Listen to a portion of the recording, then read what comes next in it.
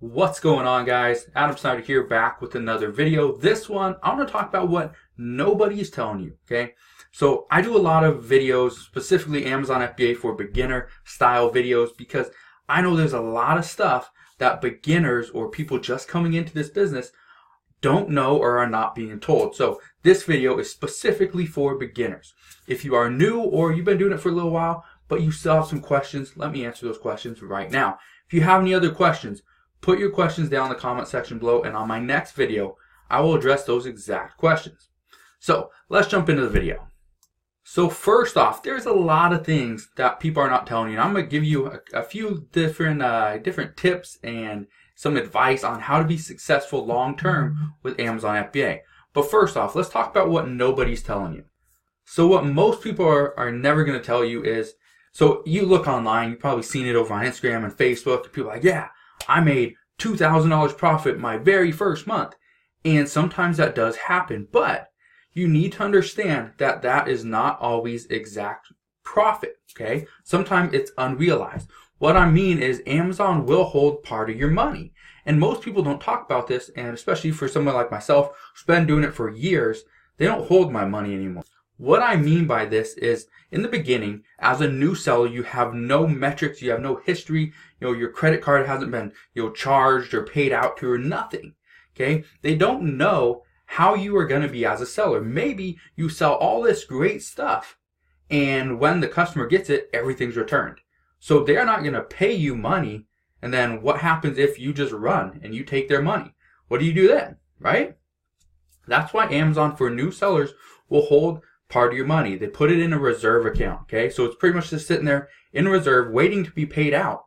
But Amazon will wait because maybe you sold a camera and the camera has, so much, they have a certain percentage that the camera comes back, the return rate. Okay, we don't know all this stuff as sellers, but Amazon has all these numbers. They're very smart. They know exactly how much of this inventory should come back. So they're going to hold some money to cover that just in case. So you need to be aware of that. Okay, so as a new seller, sometimes Amazon will pay out more than money. They'll pay out 50%, 60%. Other times they're going to pay out 20, 30, 40% because they know the items that you sold are highly returnable. Okay, they get returned a lot. So be aware of that, okay? The next thing is storage fees. A lot of people don't talk about storage fees, and the reason why is because it sucks. Storage fees suck. Sometimes you sell products and they go day one, they're gone. Other times they sit there for months on end. But what you need to understand is storage fees begin on day one. Let me jump over to Amazon's actual site, and I'm going to show you, kind of explain to you why they start on day one. So here we are on Amazon. This is sellercentral.amazon.com, and anybody can get to this anyway. So what you can see right here, okay, this one right up here, monthly inventory storage fees. Now you see the prices down here. Great, no big deal. But monthly inventory storage fees are typically charged between the 7th and 15th day of the month. Following the month the fee applies to, okay? Here's what you need to understand though, right here. The very first line. Storage fees are based on the daily average volume measured in cubic feet. So let's say you send in a bunch of 1 cubic foot size boxes of toys or whatever. It doesn't matter what it is. You send those in and they sell all within the first day. Let's say you send in 1,000 of them. So you have 1,000 cubic feet that sold out in the first day. But that's going to be only one day, and then they're going to take a running average, or their average of the entire month. So maybe you have 1,000 cubic feet day one, you have the rest of the month, you have 10 cubic feet. So they're going to take the entire average of the entire month, and that's what they're going to charge you, okay? So just because something is in the warehouse and then out the same day, doesn't mean you're not going to be charged. You still will be charged, but it's not going to be as much, okay? Now if you had all that same inventory sitting there for a month, they're going to charge you a lot of money to have it stored there, okay? So you got to understand, it starts on day one. The day your inventory is checked into Amazon is the day you start accruing some type of storage fee. So you need to be aware of that, and you need to calculate that so that you can project, is this item going to be profitable or not? This is something that I talked about before, and I'm going to talk about it again. You guys can argue with me all you want, but Amazon doesn't care where you get your inventory. Now, before you jump on me for saying that, let me explain. Amazon has no clue where you get inventory and cares less where you can get it. So this is more addressed to people that are doing retail arbitrage and online arbitrage and thrifting. Here's the reason why thrifting is a very, it's a business that it can be very lucrative. You can make a lot of money, but at the same time, there's a lot of risk involved. The reason why you go to a thrift store, you buy a product. That's great, but the problem is when you get the receipt, it does not say the exact product and the exact UPC number. So if you were to send that off to Amazon, Amazon would not allow that kind of receipt because it doesn't say even what you bought. So here's a receipt right here to Walmart. You can see it right there, okay? This is an actual Walmart receipt. You can see some of the items I bought. Anyway, the reason why I want to show you that is because one of the reasons why I do retail arbitrage at Walmart is because, and I absolutely love Walmart. One, they have a bunch of different items that you can buy that are very profitable. Two, they list on the actual receipt what the UPC number is. So you send that off to Amazon, Amazon will allow that receipt. So if there's any IP claims, okay, if there's any counterfeit claims, Amazon will look at that receipt and be like, oh, okay, they bought this from Walmart. That's who their supplier is. They don't care. You can buy it from a wholesale supplier. You can do private label. And if Amazon has any questions, they're going to ask you, can you send me an invoice? They want invoices, not receipts. But if you do buy something from Walmart, you can send that off. Now, if you are buying from a store that doesn't do that, doesn't list the UPC codes, you will be in a little bit of trouble. Not technically, more legally, but Amazon will look at it and be like, oh, that's not a reliable invoice or receipt. We're not going to accept that. So your account could get potentially shut down because of that. I'm not saying it will. I'm not saying it happens all the time, but that's one of the major reasons why people buy stuff from thrift stores, think it's a authentic product, and it may be. But if somebody has any question, any doubt, and they go to Amazon and be like, this is not an authentic product, Amazon will ask you, can you show me the receipt? If you don't have one, that's where you're going to get in trouble, okay? So just be aware of that. You want to do retail arbitrage from a store that actually does the UPC code on the receipt. Now, why am I talking about this? I'm talking about this because, okay, Amazon doesn't care where you get your inventory. Amazon wants you to send in as much inventory as possible, as much good, authentic, fast-selling products as you can, because the more you sell, the more money Amazon makes. So do they care where you get your inventory? No, they don't. Would they rather you got it from a wholesale company or manufacturer, from a Chinese manufacturer, from anybody like that? Yeah, because you have larger quantities. Those potentially will make more money than these one-off, toys and tools and trinkets and stuff that you sell maybe from Walmart or from Target. But just be aware, Amazon doesn't care where you get inventory, and they have no clue where you get it. They never ask. So it's because of that, and that's why I just wanted to point this out, is because so many people think, oh, excuse me, they think, oh, I can't buy from Walmart because Amazon doesn't allow people to sell Walmart's products on their site, and that's completely untrue. They don't allow you to sell stuff from Toys R Us and from Home Depot and Lowe's and Target and all these other retail stores. Amazon could care less where you get inventory. All they want is you to keep sending them more and more stuff that will continue to sell quickly so they can make more money as well. That's it.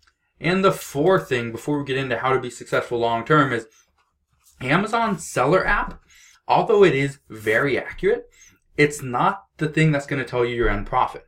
Let me explain. Okay, let's jump over here. So right here, this is a product. No, I didn't scan this. This is something I just picked right off of Google. Not sure who did this, but anyway. So right here, this is the Amazon Seller app. Okay, the Lego Harry Potter, The Forbidden Forest, number 4865, 13,000 in toys. Awesome. So right here, it says the price at this current date, wherever it was, I have no clue, was $49.04. Okay, and fees at $7.36 for a total net proceeds of $41.68. This does not include the price of the actual item. Let's say it cost $20. So then you would make $41.68. Let's say for the fees, for all this, it's not calculating shipping to Amazon. It's not calculating a long-term storage fee. Okay, it's not calculating a price drop or a price increase. Okay, so this net proceeds right here, This is not the exact number. The number could vary, a few cents. It could vary $10, $20, $30. We don't know until this product actually sells. So just because you scan it and it says, oh, I'm going to make $41.68, and then you got to subtract the cost of this product, maybe you will, but maybe you won't. In most cases, this will not be the exact amount you're going to make after it sells. And I want to address this mainly because I've done a lot of videos in the past, okay? And people have called me out on, and the reason why, and I understand as a YouTuber, as a content creator, why we do this, but somebody puts up a video or something over on Facebook or Instagram and be like, I made, $50 from this one item. And that could be potentially a $50 profit item, but in most cases, they bought the item, they shipped it off to Amazon, and it hasn't even sold yet. If it hasn't sold, they didn't technically make $50. That's unrealized profit. It's the same thing if you're buying stocks and stuff, and the stock market goes up, or cryptocurrencies, and the cryptocurrencies go up, and it's unrealized profit until you sell. Okay? You need to understand that. And that's what most people don't talk about, and don't mention is, hey, I just made $50 potential profit. Nobody says that because why? It's not sexy. Nobody wants to click on something that says, hey, I potentially made $50 from this one item. Who's going to click on a video that says that? Nobody. And that's the reason why myself and a lot of other people say, hey, I made $50 in 1 hour. Hey, I made $2,500 in 3 hours sourcing. It's because who's going to factor in all those little costs and all the time and all this stuff. It's just not sexy that way, okay? So you gotta understand, as a content creator, I do that sometimes. I try to be as transparent and as, forward and honest as I can, but at the same time, I sit here and explain it to you like I'm doing right now. Some of you may have clicked off the video just because I'm sitting here explaining this. That's the reason why as a content creator, as online social media influencer, whatever you want to call it, it's hard to do things right both ways. So, how can you be successful long term? Well, let's talk about that, okay? Number one, never stop sending in products. You've probably seen this before. You need to keep feeding the beast. Who's the beast? Amazon is the beast. You need to keep feeding your product. The more product you can send in Amazon, the more money you can potentially make. Okay? Keep that in mind. You stop sending in products, one, your business is going to die down. Number two, you will not see any more profits. Number three, you will stop getting people coming over, seeing your stuff, potentially buying. What ends up happening is your business dies down. Your money that you're getting paid out stops. Okay, it slows down. Instead of getting thousands of dollars for every single payout, you're getting hundreds of dollars. That hundreds of dollars should turn into $10, $20, $30, or you could be negative. So keep sending in products, keep this business going. Number two, expand into different categories or sourcing methods. When I talk about categories, I'm talking about, let's say you're just selling toys. Great, awesome, cool. You can do that, but jump into, electronics. Jump into sporting goods and clothing and shoes and grocery and health and household and all this stuff, okay? Personal care. Because if you're in more categories, you have more options. Now, also expand into different sourcing methods. If you're just doing retail arbitrage, that's fine and that is great, but why don't you jump into online arbitrage? Why don't you jump into wholesale and private label? Maybe you jump into pallets, liquidation pallets, whatever it is. Find different sourcing options, because if you are a one-trick pony, it's not going to take a lot to take you down, okay? So expand whenever you can. Number three, to know your numbers. It's pretty simple. Know your numbers. What is your average profit? How much you make every single day? How much you make in a month? What is your running total for the calendar year? How much money do you spend for expenses? Okay, such as your bookkeeping expenses, your products, your stuff to do any of your shipping, your packing. Okay, maybe you're using a third-party prep center. How much does it cost? What is your monthly fee? Or what is your average monthly expense? Okay, what is your gas bill? What are your credit card fees if you have any? What are your numbers? Know your numbers, because honestly, the people that fail in business are the ones that have no clue what their numbers are. I'm talking about both income and expenses. The last thing, and one of the most important things, is to invest back into your business. If you stop investing back into your business, what happens is your business stops growing. Okay? You are not sending in more products, so chances are you're going to spend that money. It's not sitting there in savings, and I can tell you right now, I will make more sending products into Amazon than I would with my money sitting in a bank account, just accruing interest, okay? Because your 2% interest over the course of a year is nothing compared to the amount of money you can make by taking that money and investing it back into more products, okay? So invest, keep investing back in your business. One of the things that I talk about quite a bit is for new sellers, people that are brand new into Amazon FBA, or people that have been doing it for a little bit. You need to invest your money for at least 2 to 3 months, 100% back into the business. Why? Because if you start with $100 and you invest it all back into the business, if you can turn it over, you can do 50% ROI every single month. Your business is going to grow, the income is going to grow, everything's going to go up. And I know, investing all your money back into a business when you've been spending so much time dedicated to that particular business is tough. You want to take money out. You want to pay yourself at some point. And honestly, that's a great thing to do, but it's honestly too early. If you're doing it within the first month, the first 2 months, or even the first 3 months, you will probably struggle and you will inhibit your business from growing, okay? You're going to kind of hinder it. You're not going to be able to grow it as fast because you're taking money out. Definitely don't take out the initial investment, okay, within the first 2 to 3 months. And if you can invest all the profits, all 100% of the profits back in, if you can put more up, put another investment back in, do that. If you every single week you can invest another $100 into more inventory, plus you have your initial investment, plus you have any profits, that's just going to blow up your business. It's going to explode, and it's going to be a great business. But you need to be strong, because honestly, that's one of the biggest reasons I see so many people fail. And I've personally taken people, okay, around me, friends, family members, and just, clients as well. I've taught them the business. I've showed them how to do it. And they take this $100 or $1,000 investment, blow it up to, $5,000, $20,000 profit. And then all of a sudden they take all the money out. They buy a new car. They upgrade their house. They do all this, take a vacation, do all this stuff within the first few months. And their business is gone. They're back to nothing.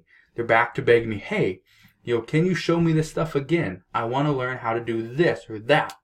Honestly, those are the people I don't want to teach, because they're not in it for the long term. It's a short term. It's a get rich quick scheme, and that's not what this business is. If you want to be successful, you want to do this for the long term, you need to think of it as a business. You need to treat it as a business, and you need to look at this as a long term investment. So hopefully this video helped you out. I know Amazon FBA and new sellers and everything, it's getting harder and harder to get into this business and make it profitable, but there's still a lot of opportunity, so don't quit just yet. Now, if you're still watching this video, I want to help you out. One of the things I have is called my Amazon FBA exclusive membership group. It's $11.99 a month. Okay, you can cancel anytime, but I just go in there and I give you tips and tricks on how to build your business. So if you want to check it out, it will be the first link in the description box below. If you don't want to check it out, no big deal. Make sure you hit that thumbs up button, subscribe to my YouTube channel if you haven't done so already, and I'll see you guys on the next video.